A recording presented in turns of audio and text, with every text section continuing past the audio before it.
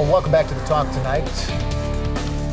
Continue to talk about what happened in Newtown, Connecticut today, an unimaginable tragedy. Although in our country, we've seen enough of these, I guess, where we can imagine them, but we never believe it when the next one happens, and we can never believe that the next one's going to be worse than all of them before, and that's what happened this morning at Sandy Hook Elementary, a kindergarten class of children who are just starting their lives, just starting their school careers, and a gunman went in today, we believe 20 years old. We're not releasing his name yet for certain. There's still some questions about that. We'll let others report on that. But nevertheless, Sheriff Kevin Walsh joins us now to talk about this. And Sheriff, thanks for joining us. And first, just your initial thoughts about this tragedy today.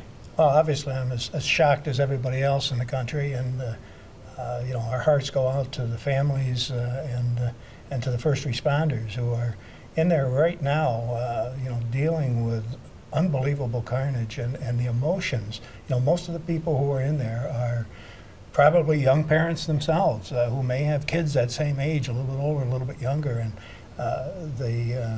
you know, I just hope that they have the support systems ready to help the firefighters, the police officers, the EMTs that are dealing with this tragedy. I can recall distinctly when the Columbine shootings happened that your office took the lead in this community and changing the way you would approach in the what-if scenarios. And Jim, you were saying today that you already are looking at this as worse than Columbine. Right, and reasonable. I also noticed that the officers went in right away with no hesitation, right? And that's a change? That's the active shooter protocol. And what we have done is we have trained and we've cross-trained with all the officers in this area, and this has happened across the country. We learned from Columbine. We learned from the mistakes in Columbine. We learned that we need to go in and confront the shooter, but we also have to do it in the proper fashion. And we trained locally with all the different agencies, the towns, the villages, the state police, the sheriffs, the city police, so that when the first responding officers, regardless of what agency they're from, they have the same training, they're ready to go in, and it's a team that forms very quickly. They know exactly how to go in. I won't go into the details of exactly what they do, but they're prepared, they've trained for this, and they've trained together so that it doesn't matter. I don't need to have 3 or 4 deputies there. I can have a trooper, a deputy, a city police officer. And you also have information that's accessible, true, right? About buildings, about structures, where to go in, where a shooter might have entered. We did all those kinds of things immediately after Columbine, got all the school floor plans, but that's one of those things that you don't have time to be, you know, we put them on the computers, we can pull them up on the patrol car, but you don't know who the guy is in the school. You've got to go in, you've got to confront him, and you've got to take action, and you've got to do it in a proper fashion, and that's why we've trained for this kind of thing. But you know, it sounds like this shooting was over by the time the first officers could get there. I mean, we're talking a matter of minutes. Right, right. With a teacher under a desk dialing 911 and still not as fast as they can get there, it could be over in 2 or 3 minutes. Jim, what do you think about this notion of the first responders, the horror, and Sheriff, you can add to this too.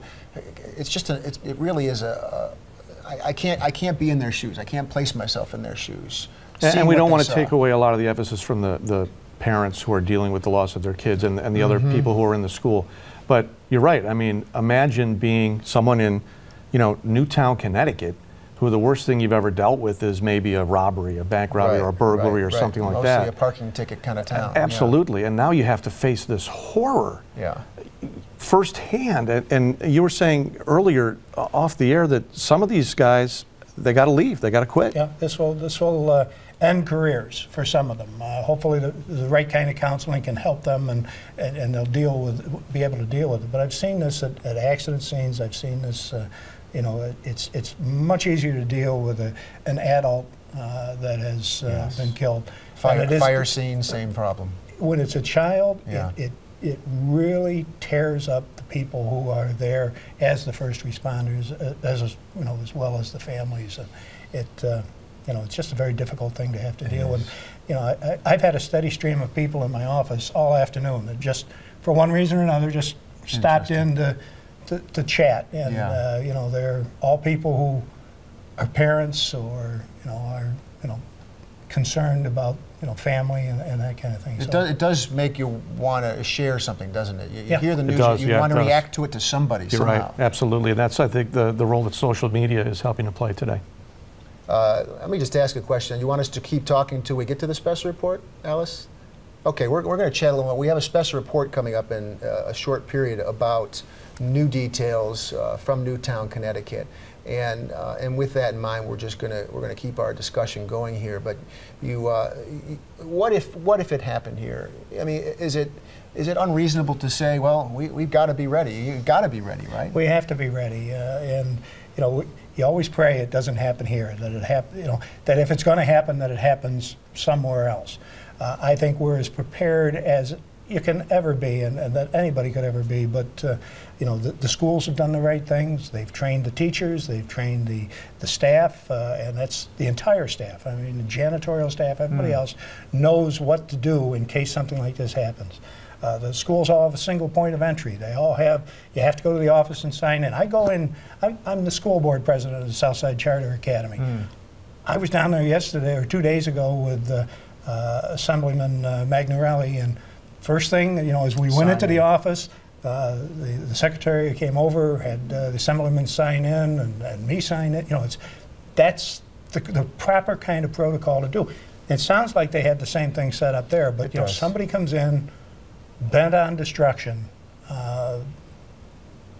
Well, Sheriff, maybe you have a sense of this, and Jim, maybe your observations are relevant here too, in the sense that this doesn't seem to happen in the schools where we're talking about inner city schools, the Bronx or even the inner city Syracuse type of city, a smaller city, but with an area where maybe you think of gun crimes happening, violence in the streets.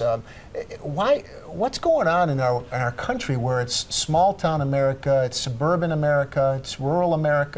Do you have any sense of that in any of the research? That's a great question, isn't it? It is, and I don't think anybody has a very good answer. No.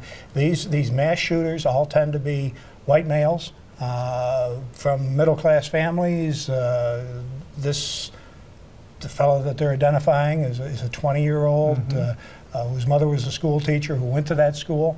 And Newtown is nice. But Newtown's a very nice suburb. Certainly. It's just not it's not where you would expect something like this to happen. The same with the Amish school, with that tragic shooting. That's there. right. Any of these things tend to be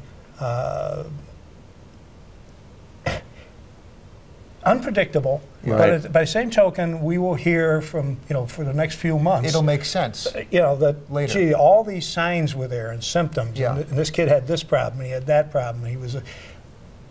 But you can't do anything until it's unfortunate things go too far.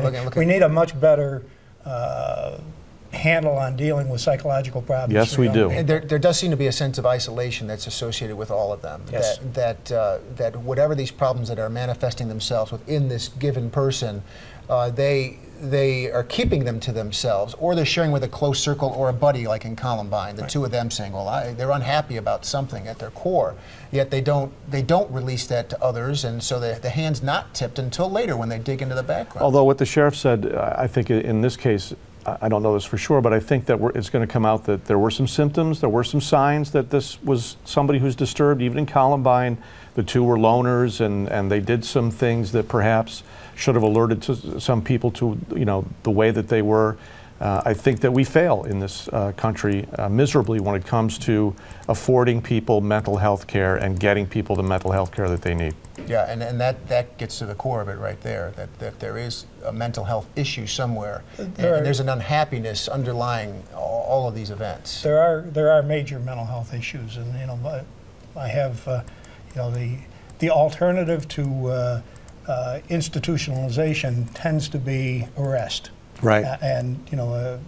We see an awful lot of people coming into the Justice Center that have severe mental health problems.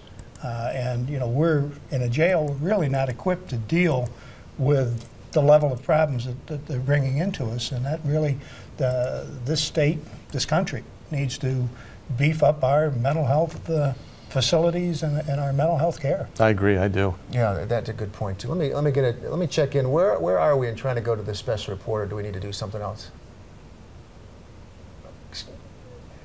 excuse me, I having the conversation on the air with all of you at the same time, but it's the only way to communicate on a day like this. Live television. Yeah, it is. We have about another minute on our Facebook page right now. We can just go to that for a second. We have a lot of people commenting, and you know, I've really noticed this today, and Jim, I'm sure when you're doing radio, you saw this, how small the world gets so quickly. You know, we talk about this being in Newtown, Connecticut, which for us is familiar turf. We drive near there, by there, on vacations, on trips, visit family, friends. It's not on the other side of the country even, but even if this was on the other side of the country, doesn't the world get small quick that we really can relate to it? And people are on their page saying they've been crying all day about this. Yeah, and again, I think this is really the role that social media should play on a day like today. In a positive way. In a positive way. I think it does allow, like you said, I think people want to talk about it. They want to share with people. You said people were stopping by your office today to talk about it. I think that's the role social media plays. I thought it was very interesting. You told me what ESPN did today. Yeah, they put out a memo to their staff saying no more sports tweets by their on-air people until Sunday, when they get kind of back into what they hope will be normalcy by then, because they don't want to make it look like they're cold to this. That's very interesting. And for them, it's in their backyard. Sure. I mean, I talked to a friend who worked at ESPN today, who was very upset by it, and they were trying to track whether some of their employees might have kids in Newtown. It's a little bit far from Bristol, but close enough where they were on the edge of it. So, Sheriff, thanks for joining us tonight, and Jim, thanks for sitting in and sharing your expertise with us as well.